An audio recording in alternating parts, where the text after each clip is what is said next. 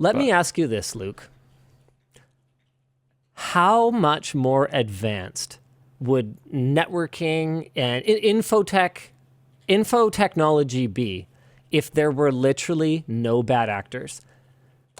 If all the effort that we put into security and mitigation could just go into engineering a better product that is more functional for the user. It'd be a whole new world. I legitimately think like humanity would be wildly more advanced, but it's also just like, it's just so fundamentally not how it works. Like the amount of people that would have to get new jobs, because having bad actors means that you need good actors to counter it, right? If there's people trying to attack something, you need people who are working to defend something. And this has existed forever, right? You go from like, hey, let's make a stronger door or add a lock to it or whatever to network security systems and yada, yada, yada, yada, yada. It's all the same type of stuff. It's all the same type of people on both sides. It's just different technological levels. Like there's that old quote that I like a lot where like, if you're into software, you're probably going to want physical locks on your house. And if you're into like physical stuff like mechanics or whatever, you're probably going to want like electronic locks on your house. It's just because like the thing that you know is the thing that seems scarier to you, but they're both screwed. Like it's just, you can get through whatever. Security is realistically, if they really want to get in, they'll just break a window. Yeah, like there's always a way around it in some way. I don't know. This is probably something I shouldn't talk about on a podcast, but I am notoriously bad about like, locking my doors. Oh, you're notoriously bad about a lot of security stuff. Yeah, like I'm just realistically, I made a conscious effort to stop locking the door of my car like 10 years ago.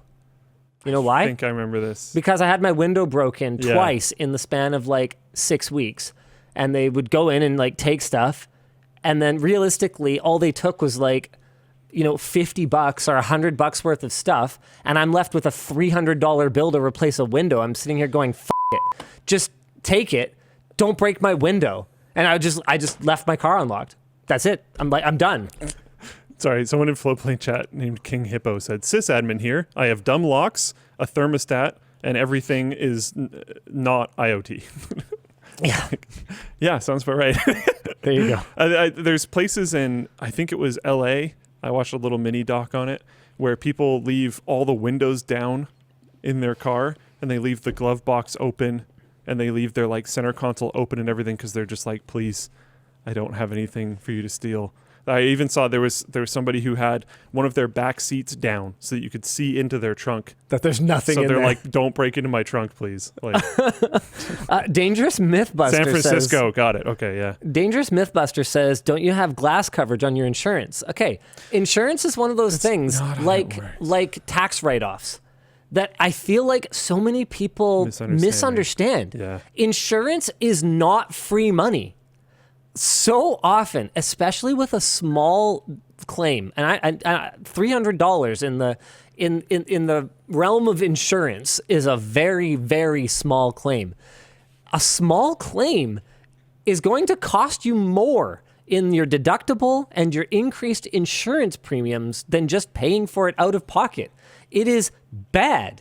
It just costs you that money, or going through your insurance means A, it'll probably take longer, and B, it'll cost you even more money.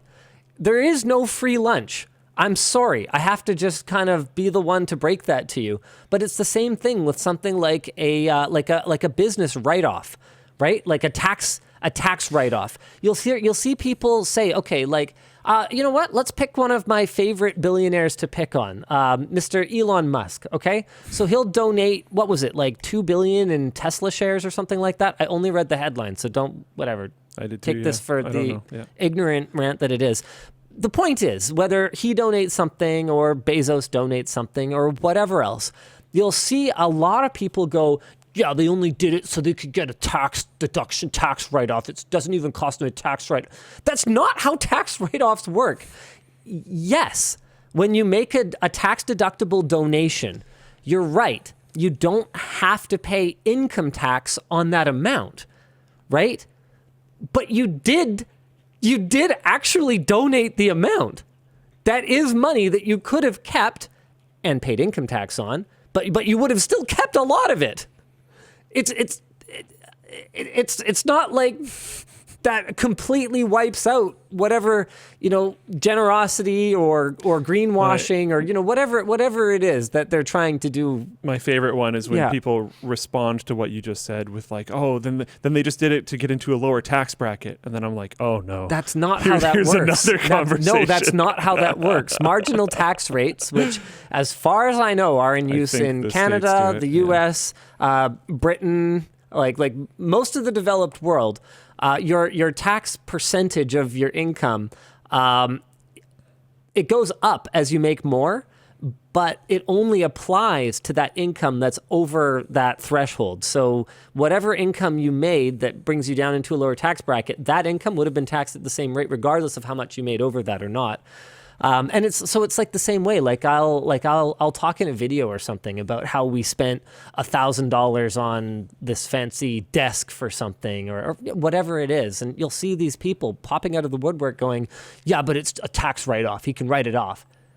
I still spent $1,000. It's not just like free money. Yeah, you don't pay income tax on money that you didn't make. If that was the case, you would just buy the most expensive thing in every opportunity. And it would be a write-off. Yeah, it would just be free. It would just be a write-off, right? It's free money. Yeah. Yeah, so I don't know, man. It's a nice discount. Yeah. It's good. Yeah, but it's not free. And it's also way more complicated than people think. Like, for example, okay, let's say this camera that you guys are looking at us through. What's a C whatever that is worth? Dan, do you have any idea? Few grand, 3, maybe 4. Sure, something. Yeah, okay, whatever. So that camera, when we buy it, we actually don't get to write off the whole thing. Did you know that? No. Amortization. Oh, so you do it over time. We only get to write it, even though that year. So let's say we bought it in the year 2020, okay? If we spent $3,000 that year, that is $3,000 we didn't make. Guess what? This is hilarious. I get to pay income tax on like 80% of that $3,000 that I literally didn't make and don't even have. And then the next year, I get a small deduction from income, and the year after that, another small deduction, and so on and so on and so forth. So no, writing things off, A, does not mean free money, and B, you don't even get the benefit of it right away, which is wild to me, especially for really big investments. Like when we've done things like build new sets or, build out areas of the building that are 6 figures, like over $100,000. The fact that I pay income tax on the majority of that, even though I didn't make that money. Like on the balance sheet at the end of the year, I actually didn't make that money is wild to me.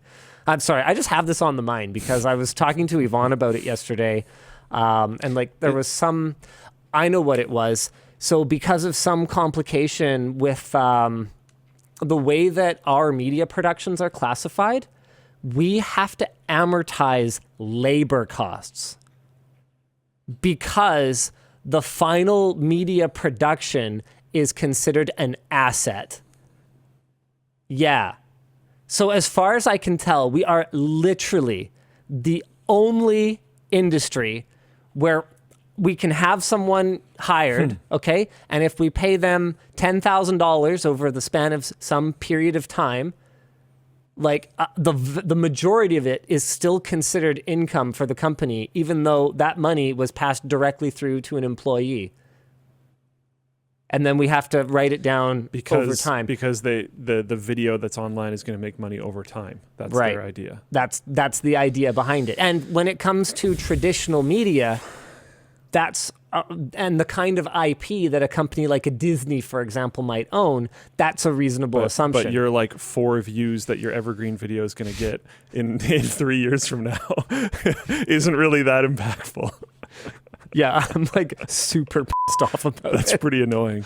Like very, very, very much.